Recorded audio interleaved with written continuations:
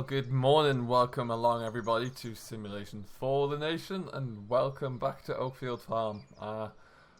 Well, they say you're never really a farmer until you're about to do something and you get a call to say that your cattle are out and they're causing a havoc somewhere. And, well, I guess that means that I'm officially a farmer now, because this little herd of rebels were playing merry in the village down there about an hour ago. Now they're still quite excited for being outside properly. They don't like being penned up inside too often, and so when they get to come out and have some fun in the fields, they get a bit boisterous, really, but energetic. And in doing so, they were able to, well, they smashed this gate post out the ground, bent that one a little bit, but we were able to get that one back in, and then so took the gate flying with it, and the gate was on the floor. Had to re-erect a little bit of the stone wall here as well, just to make sure it would stay. But yeah, so they managed to smash that, and then they went on the merry way straight down the field there. Now, if you can just quite see, there's like a little path through the corner there. And yeah, they were just straight through there and mingling around the village. I got a phone call from one of the slightly concerned residents in the village. They're very nice, I've known them for a long time. And they were, you know, sadly this is not the first time they've seen some of my livestock roaming around, but there you go. So they gave me a ring and just, you know, kindly advised me that perhaps some of my cattle were roaming free. So anyway, we jumped into the truck, went down there, and managed to bring them all back up here. They knew where they were going, so it was just more of a coercion, really, just to get them to come back up. But they're back in the field. We've got this. I brought the tractor up here, managed to get everything kind of straightened out and put back into place. But yeah, fun and games that you never really intend on, really. I think it's the best way to describe it. So, we'll get the old 135 back down to the bottom.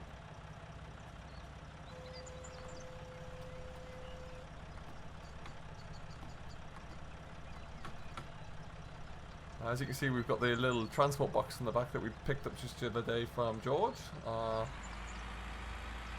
Yeah, so it's got its first unintended use, really. However, you know, these things happen. No one was hurt or injured in any way, so that's always good. Just these bunch of rebels.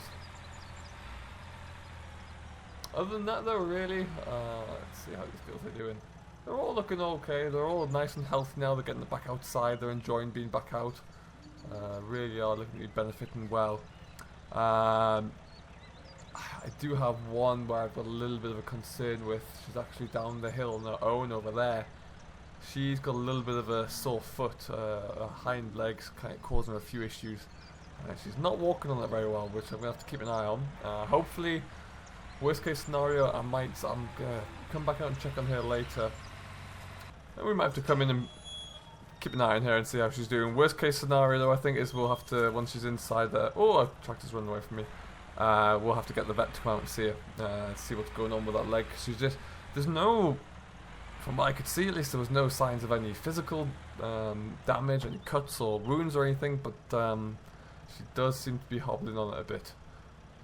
So, it's that back right leg, you can just see there, she's not putting any weight on it at all. So we'll have to keep an eye on that there. I don't want her to get lame or anything, because that can cause real problems further down the line. But we'll see. We'll see. For now, though, we are finished with this old girl, so we're going to park her up here. And we're going to have a little look at a few other projects of ours. There's a few things changing around the farm here, so we'll keep you up to date on those. Put down there. Lovely stuff.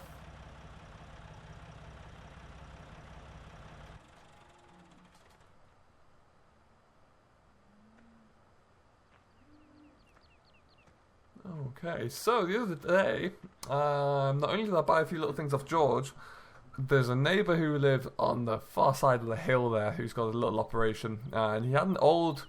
I went over to see him, only just for a chat really, and ended up coming back with a cultivator. Now this was completely unintentional, but these things happen. Now, this is an old cultivator really, it's a Liborto, and... It's not in very great shape, so I got it for a very low cost, low price. But I fancy restoring this and just kind of putting a bit of work into it. We are I'm looking for a slightly heavier plough. Some of the land we've taken on recently on top of the hill there, and some of our own land we already had is a little bit heavy, got a little bit clay in it, and sometimes we want to. I don't have anything that really smashes up those clods and the top 6 inches of soil very well, and this will be able to do that, but also just get into that pan a little bit more, so maybe 8-10 inches down.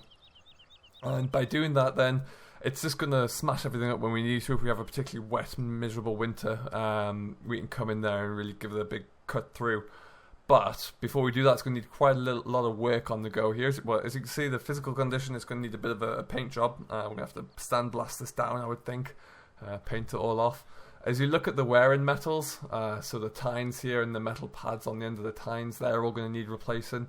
I do have I can get a hold of the tines. I've got a supplier for those who I've already spoken to, and he's going to be able to ship those out to me next week, so we'll get those replaced. The wear-in metals, we're going to have to see. We might have to fabricate those ourselves. We might be able to get away with it, but we're going to take a few of those to a local dealer.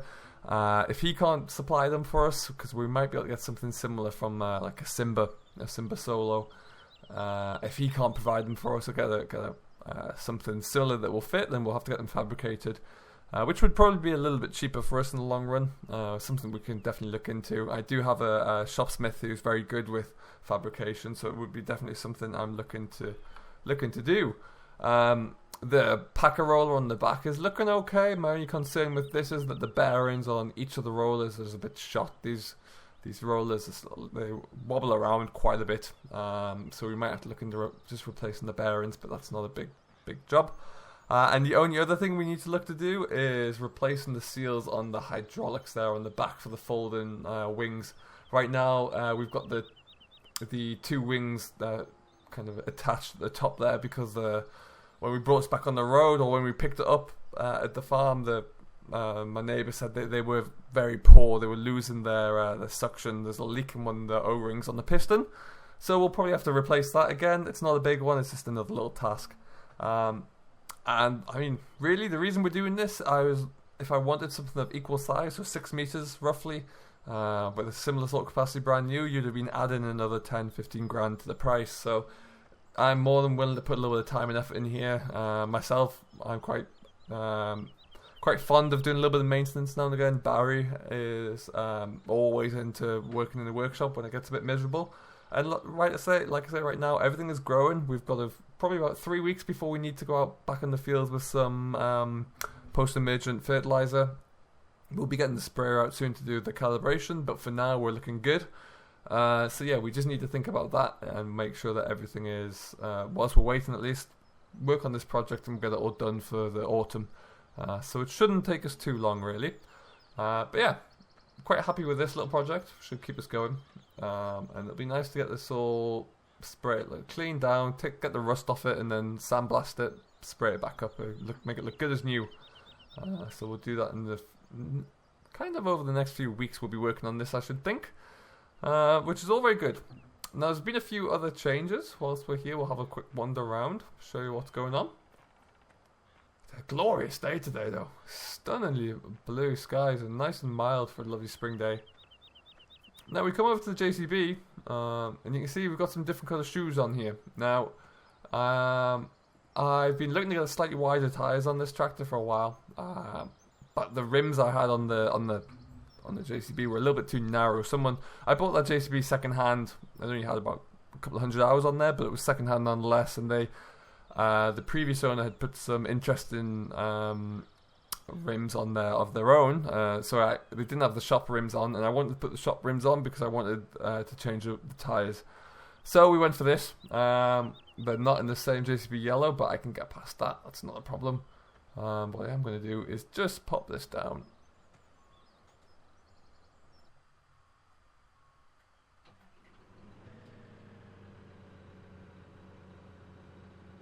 Better. And that's better. But yeah, so that's... we got those changed around, got the tyre fitter to come out on yesterday, and we worked in conjunction with him, and he's swapped the tyres around for us, which is great news. So we've been busy, we're getting a lot of little jobs done. The spring, or early spring right now, is always a good time on the farm just to tick over and make sure everything's good. we've put all the fertilizer away back down into the store just over there. So we've got plenty of fertilizer in there now. We've got in the region about 20 ton there now for the grassland, when we've going to have to probably put one more hit onto there. And then yeah, the post-emergence is going to go on in the next month or so, and then seeing how the crops are developing, we might come back in again and put some more nitrogen on there. But we'll assess that as and when the time comes, really. But for now, we've got one more task to come and do today. We are going to go and jump into our New Holland, and we're going to head on down to the store because we have been given an opportunity. My good friend Charles down there has been doing a little bit of digging. I asked him to kind of try and source a slurry spreader, a slurry tanker. We do have cows here now, as you well know, and we're starting to produce quite a bit of slurry. And also, our grassland is probably at the stage now where if we can maybe squeeze one more application of slurry on there before it gets a little bit too long. So we're going to try and do that in the next few days, particularly on some of the silage ground. This field down here on the left is a key one for me, and I'd like just to see us be able to get that covered to give it a bit of a kick, really. So that's what we're going to do. I've got my beacons on. We're going to cruise on down there. Again, the tanker we've bought is a little bit bigger than perhaps one was looking for. I asked Charles to find something that was about 2,000 litres, and he's come back with a 3,000 litre twin axle. But at the same time, the price was incredible. And I don't know how he does it. I don't know where he finds them from, but he does. I think he scours the length and breadth of the country. He finds these tankers or bits of machinery that I challenge him with, and yeah, he brings it back. So we're going to go and pick it up, and we're going to get it brought back to the farm here and get it settled in. And then yeah, we'll probably see how the weather's so darn good today. We might just get out and spread some slurry today. It would seem silly not to take advantage of it.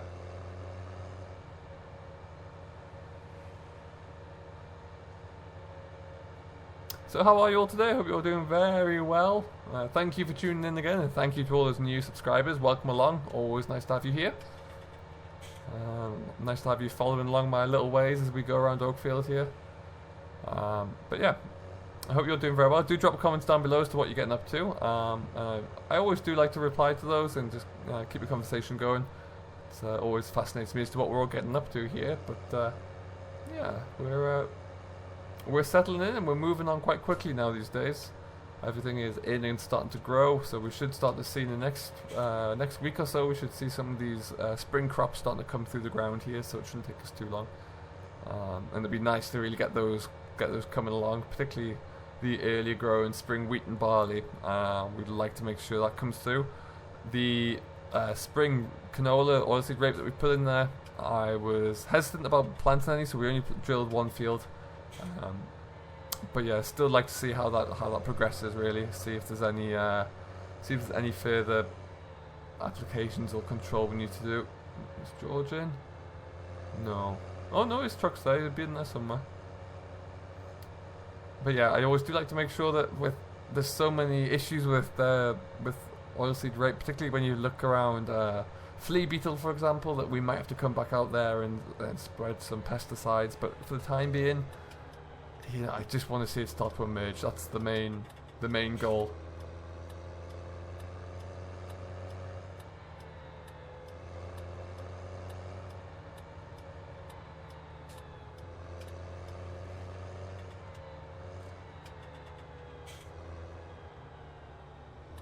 Well, this is becoming a bit like a second home, this place. I've come to see Charles more than I see my mother.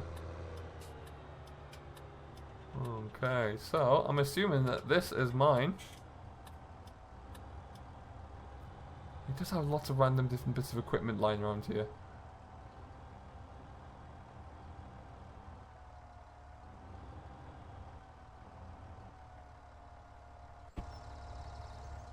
Okay, so let's just get this hooked up. So as you can see, we have got a high-spec 3000 TD, absolutely monstrous tanker, 3,000 litres I believe it is. Twin axle, like I say, we're currently floating on, I believe it's twin radials, FL 693s.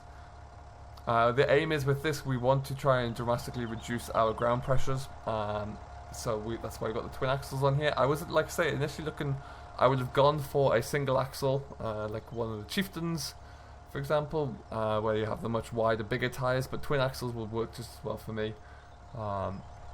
As we've gone for the twin axles, it's likely that I'm going to keep it on the New Holland here, primarily because if this is full, it's going to move around. That's going to try and control the tractor and throw the tractor around. The other option would be the case.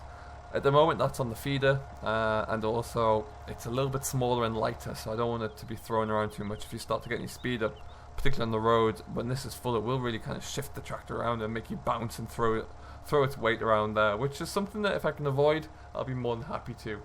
But yeah, very happy with it. It's in immaculate condition. Most tankers you'll see, if they've had much work, never look the best. They always start to show signs of wear and tear and rust and neglect, really. But this one's looking very good, so I'm very happy with it. So all I'm going to do right now is pop in and see Charles, quickly let him know that I'm here, and see if he's got anything I need to sign or anything, and then yeah, and then I'll come back to you. Alright, not even a free cap or a pencil. The amount of things I buy off him, I don't even get any freebies. Standards slipping. Okay, so we'll probably just go into a little bit of a figure of 8 here.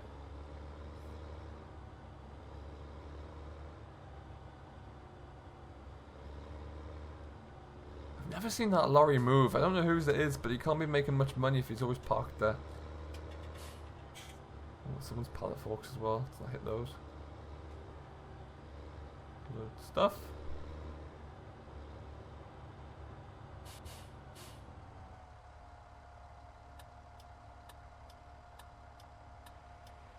Okay, out of the way, little boxcar.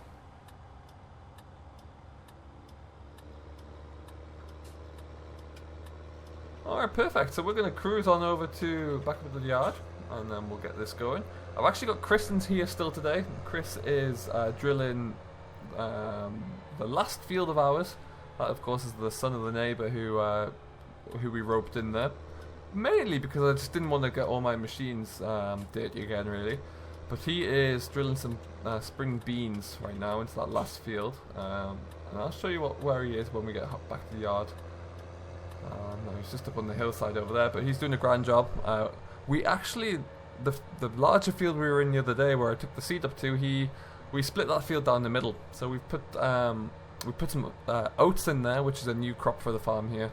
And we're also trying something particularly new, which is spelt. So it's a bit of a hybrid crop, so a hybrid of wheat and kind of a bit of a barley millet hybrid, I do believe.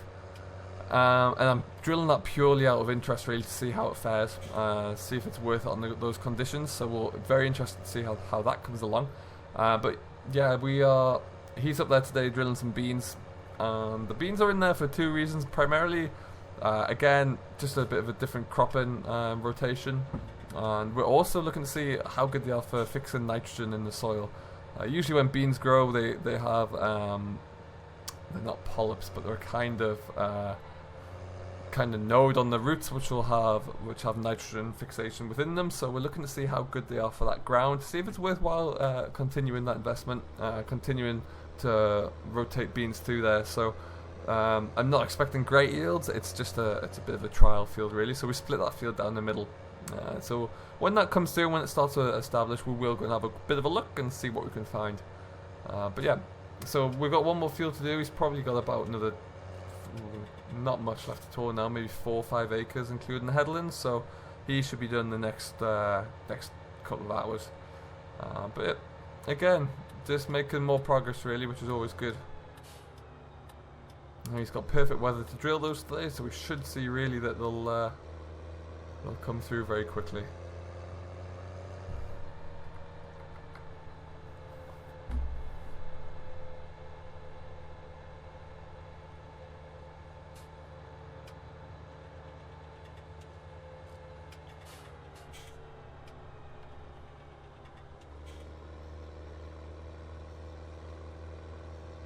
So I think we're going to see how much slurry we have in the lagoon. We might come and just put a bit onto this field here just to give it a bit of a kick.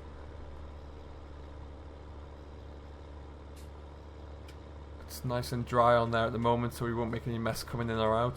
There's no rain forecast for immediately, so it should we should see that we'll get a better well, it won't run off, it won't go and pollute any of our water courses around here, which would be ideal.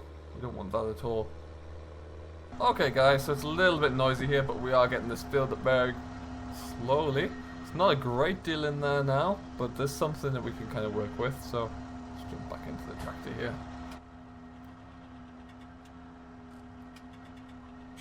Let's see how our level's doing. We're going to take it all in one tank here. I think it's only about half a tank load, so we'll get this filled up anyway and we'll get it spread out into the fields while it's nice and dry.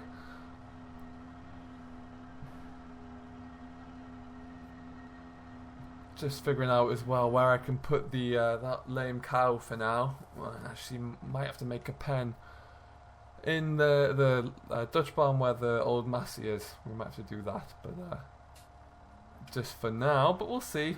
We'll leave her outside for the rest of the day, see how she fares, and then we can bring her in. I've got a few shots of kind of anti-inflammatories, anti-painkillers we can give her, and then if that's still not helping her heal, then we'll have to bring the vet in. But given how much it costs to bring old Johnny Boy the vet in, I'd rather not if we can avoid it. But anyway, onwards. We're going to head on down to the field, and we'll get this. It's not a lot of slurry, but it's better to get it spread now, at least whilst the weather's good.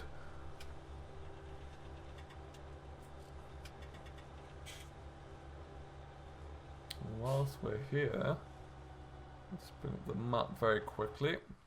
So right now, I've just heard as well, young Chris has finished. He's in field 3. So if you look at the south or the southeast corner of the map there, we've got 45 and 3. With the fields he's drilled. As you can see, 45's half drilled there. That's what I was talking about with reference to the oats. That's kind of the division line where we stopped. And then if we look as well, we've got spelt on the other half there. So with the difference in the field shape, it's probably not quite 50% in terms of a half and half split, but it's not too far off. Should give us a good representation as to how it's going to last. Now the cultivator we bought as well will be used a lot on this ground up here because there is a lot of stone in there as well, and there's a lot of heavy land, so we'll see what we can do about that when we come around to it in the autumn. What I would ideally like to see is a nice dry year where we don't get too much compaction, or we don't affect the land up there too much, but you know, you can never tell these things.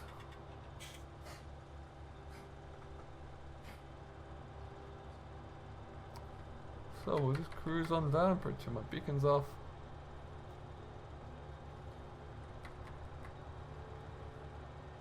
It's a beautiful day to spread some of the brown stuff. If ever there is a beautiful day for it.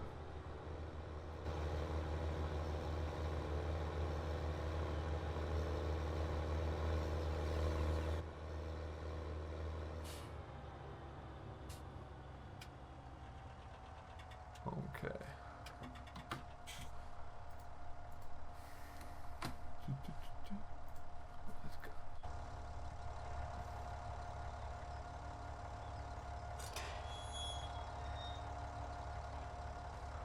Okay, let's get ourselves in. It's going to be a bit of a squeeze to get into here.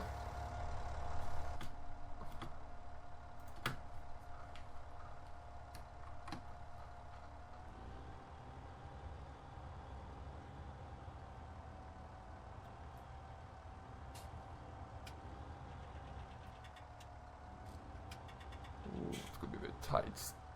I've already had to repair one gate post there. I don't want to repair another one because of my own driving. One is sufficient.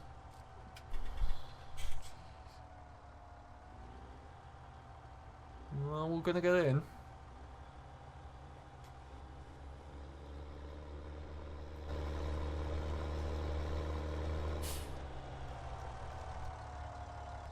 Alright then, making sure everything is good to go here. Didn't quite have the PTO attached, would you believe?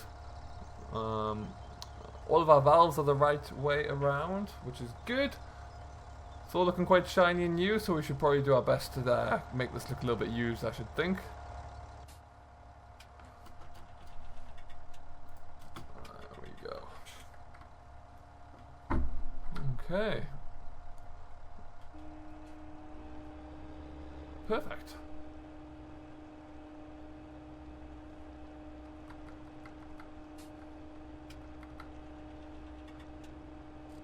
So I believe this has in the region of about an 8 meter, 9 meter spread, which is sufficient for slurry.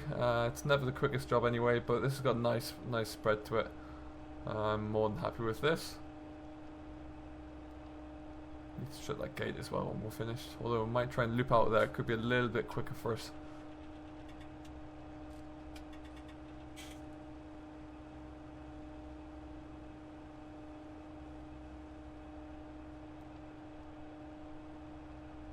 So we're just going to keep on aiming to get around here and go as far as we can until we run out, which we're doing okay on at the moment. We're not running out too quickly. Oh, trees.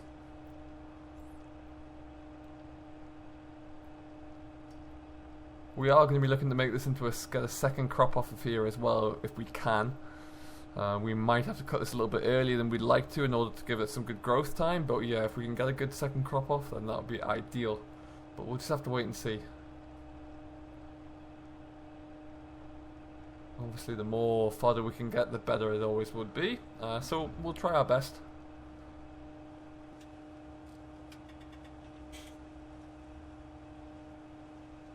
Oh, we might even make it just around this corner as well. We're looking good. I do like to use as much organic fertilizer as possible. We will be building up a large volume of cow manure, cow muck over the next few months. So as we do, we'll lead that down to one of our cereal fields, and we'll leave it there for the to be spread in the autumn prior to the next crop. So we'll have to figure out which one that's going to be. But yeah, it's always good to make the most of that free resource. Oh, and we're about done. There we go. Okie dokie then, perfect. What I'm going to do here is we're going to head on back up to the yard. We'll park this up for now. We don't need it anymore today. We need those cows to get busy and make it some more slurry. But for now, thank you very much for watching. As always, if you have liked this, don't forget to hit that likes button. Drop any comments or feedback down below.